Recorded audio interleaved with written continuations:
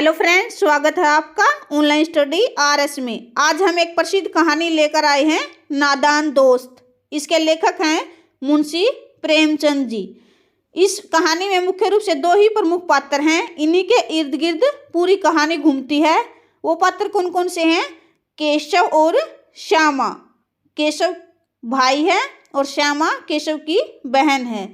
इसमें केशव के माता पिता भी हैं, लेकिन केशव और श्यामा के इर्द गिर्द ही पूरी कहानी घूमती है। तो चलिए कहानी शुरू करते हैं। केशव के घर के छज्जे के ऊपर चिड़िया ने अंडे दिए थे। केशव और उसकी बहन श्यामा दोनों बड़े ध्यान से चिड़िया को वहां आते जाते देखा करते थे।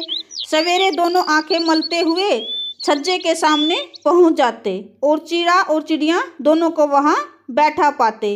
उनको देखने में दोनों बच्चों को न मालूम क्या मजा मिलता। दूध और जलेबी की सुध भी न रहती। दोनों के दिल में तरह तरह के सवाल उठते।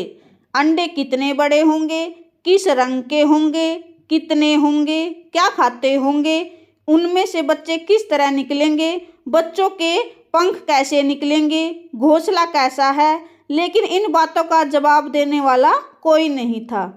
अम्मा को घर के कामों से फुर्सत न थी और बाबूजी को पढ़ने से। दोनों बच्चे आपस में ही सवाल जवाब करके अपने दिल को तसल्ली दे दिया करते थे। श्यामा कहती, क्यों भैया, बच्चे निकलकर फुर से उड़ जाएंगे। केशव विद्वानों जैसे गर्व से कहता, यानी कि जैसे उनको बहुत ज्ञान हो, ऐसे भाव से कहता, नहीं री पगली, पहले पर निकलेंगे। पर यानी कि पंख, पहले पंख निकलेंगे, बगैर पंखों के बेचारे कैसे उड़ेंगे। श्यामा, बच्चों को क्या खिलाएगी बेचारी। केशव इस पेचीदा सवाल का जवाब कुछ न दे सकता था। इस तरह 3-4 दिन गुजर गए। दोनों बच्चों की जिज्ञासा दिन ब दिन बढ़ती जाती थी। जिज्ञासा यानी कि इच्छा। अंडों को देखने के लिए वे अधीर, व्याकुल, अधीर का अर्थ क्या है? व्याकुल हो उठते थे। उन्होंने अनुमान लगाया कि अब जरूर बच्चे निकल आए होंगे। बच्चों के चारे का सवाल अब उनके सामने आ खड़ा हुआ। चिड़िया बेचारी इतना दाना कहाँ पाएगी कि सारे बच्चों का पेट भरे। गरीब बच्चे भूख के मारे मर जाएंगे। इस मुसीबत का अंदाजा करके दोनों घबरा उठे। दोनों ने फैसला किया कि छज्जे पर थोड़ा दाना रख दिया जाए। श्यामा खुश होकर बोली, तब तो चिड़िया को चारे के लिए कहीं जाना न पड़ेगा। केशव, नहीं, तब क्यों जाएगी। श्यामा, क्यों भैया, बच्चों को धूप न लगती होगी। केशव, जरूर तकलीफ हो रही होगी, बेचारे प्यास के मारे तड़पते होंगे, ऊपर छाया भी तो कोई नहीं। आखिर यही फैसला हुआ कि घोंसले के ऊपर कपड़े की छत बना दी जाए और एक पानी की प्याली रख दी जाए, थोड़े से चावल रख दिए जाए। दोनों बच्चे बड़े चाव से काम करने लगे। श्यामा माँ की आंख बचाकर मटके से चावल निकाल लाई। केशव ने पत्थर की प्याली का तेल चुपके से जमीन पर गिरा दिया और उसे साफ करके उसमें पानी भरा। केशव श्यामा से बोला, जाकर कूड़ा फेंकने वाली टोकरी उठा लाओ, अम्मा जी को मत दिखाना। श्यामा, वह तो बीच से फटी हुई है, उसमें धूप न जाएगी। केशव ने झुंझलाकर कहा, तू टोकरी तो ला, मैं उसका सुराख बंद करने की कोशिश करूंगा। श्यामा दौड़कर टोकरी उठा लाई। केशव ने उसके सुराख में कागज ढूंस दिया और वह टोकरी को एक टहनी से टिकाकर बोला, देख, ऐसे ही घोंसले पर इसकी आड़ कर दूंगा, तब कैसे धूप जाएगी। श्यामा ने दिल में सोचा, भैया कितना चालाक है। गर्मी के दिन थे, बापूजी दफ्तर गए हुए थे। अम्मा दोनों बच्चों को कमरे में सुलाकर खुद भी सो गई, लेकिन बच्चों की आंखों में आज नींद कहाँ।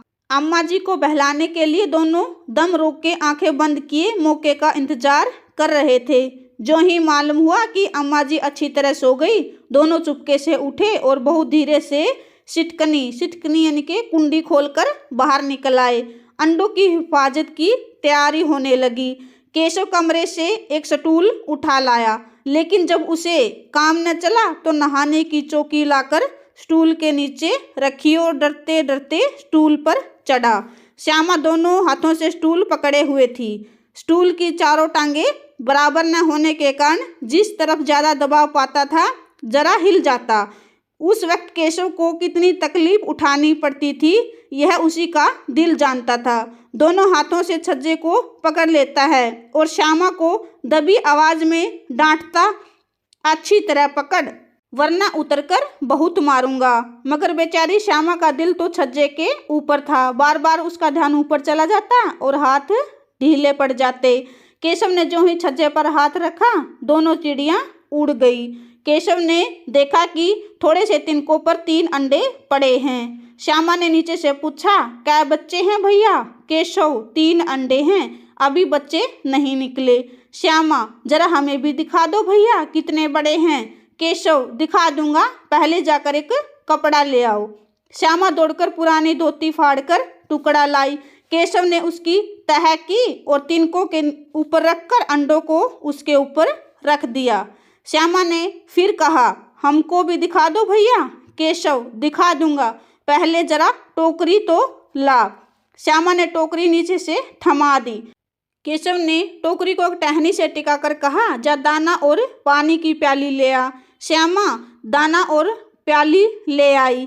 केशव ने टोकरी के नीचे दोनों चीजें रख दी और धीरे से नीचे उतर आया। श्यामा ने गिड़गिड़ाकर कहा, अब हमको भी चढ़ा दो भैया। केशव, तू गिर पड़ेगी। श्यामा, न गिरूंगी भैया, तू नीचे से पकड़े रहना। केशव, न भैया, कहीं गिर गई तो अम्मा जी हमें डांटेगी। क्या करेगी देखकर, अब अंडे बड़े आराम से हैं, बच्चे निकल आएंगे तो उन्हें पालेंगे। दोनों चिड़ियां बार बार छज्जे पर आती और बगैर देखे ही उड़ जाती। केशव ने सोचा कि यह दोनों हमारे डर से नहीं बैठती। उसने स्टूल उठाकर कमरे में रख दिया, चौकी जहाँ थी वहीं रख दी। श्यामा ने आंखों में आंसू भरकर कहा, तुमने मुझे नहीं दिखाया, मैं अम्मा जी से कह दूंगी। तभी दरवाज़ा खुला। माँ ने धूप से आंखें बचाते हुए कहा, तुम दोनों बाहर कब निकल आए? मैंने कहा न था कि दोपहर को न निकलना। किसने किवाड़ खोला? किवाड़ केशव ने खोला था, लेकिन श्यामा ने यह बात नहीं कही। उसे डर था कि भैया पिट जाएंगे। तभी माँ ने दोनों को डांट फटकार कर कमरे में बंद कर दिया और धीरे धीरे उन्हें पंखा झलने लगी। अभी सिर्फ 2 बजे थे, बाहर तेज लू चल रही थी। अब दोनों बच्चों को नींद आ गई।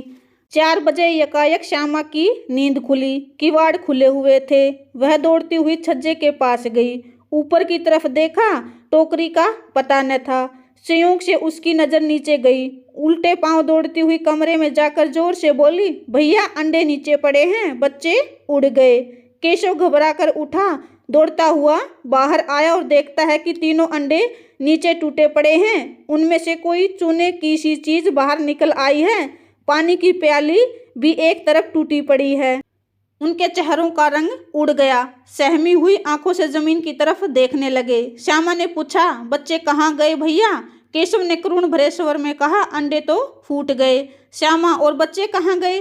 केशव, तेरे सर में देखते नहीं, अंडों से उजला उजला पानी निकल आया। 2-4 दिन में यही बच्चे बन जाते। माँ ने सोटी हाथ में लिए हुए पूछा, तुम दोनों वहाँ धूप में क्या कर रहे हो? श्यामा ने कहा, अम्मा जी, चिड़िया के अंडे टूटे पड़े हैं। माँ ने आकर टूटे हुए अंडों को देखा और गुस्से से बोली, तुम लोगों ने अंडों को छुआ होगा। अब तो श्यामा को भैया पर जरा भी तरस न आया। उसी ने शायद अंडों को इस तरह रख दिया कि वह नीचे गिर पड़े। उनकी उसे सजा मिलनी चाहिए। बोली, इन्होंने अंडों को छेड़ा था अम्मा जी। माँ ने केशव से पूछा, क्यों रे? केशव भीगी बिल्ली बना खड़ा रहा। माँ, तू वहाँ पहुँचा कैसे? श्यामा, चौकी पर स्टूल रखकर चढ़े अम्मा जी। केशव, तू स्टूल थामे नहीं खड़ी थी? श्यामा, तुम्ही ने कहा था। माँ, तू इतना बड़ा हुआ, तुम्हें यह नहीं मालूम कि छूने से चिड़िया के अंडे गंदे हो जाते हैं। चिड़िया इन्हें फिर नहीं सेती। श्यामा डरते हुए पूछा, तो क्या चिड़िया ने अंडे गिरा दिए अम्मा जी? माँ, और क्या करती? केशव के सिर पर इतना बड़ा पाप पड़ेगा। हाय हाय, 3 जाने ले ली दुष्ट ने। केशव रोनी सी सूरत बनाकर बोला, मैंने तो सिर्फ अंडों को गद्दी पर रख दिया था अम्मा जी। माँ को हंसी आ गई, मगर केशव को कई दिनों तक अपनी गलती का एहसास होता रहा। अंडों की हिफाजत करने की इच्छा से उसने उनका सत्यानाश कर डाला। उसे याद कर वह कभी कभी रो पड़ता था। दोनों चिड़िया वहाँ फिर कभी न आई। आशा करते हैं आज की यह कहानी आपको अच्छी लगी होगी। अच्छी लगी हो तो कमेंट में ज़रूर बताना। धन्यवाद।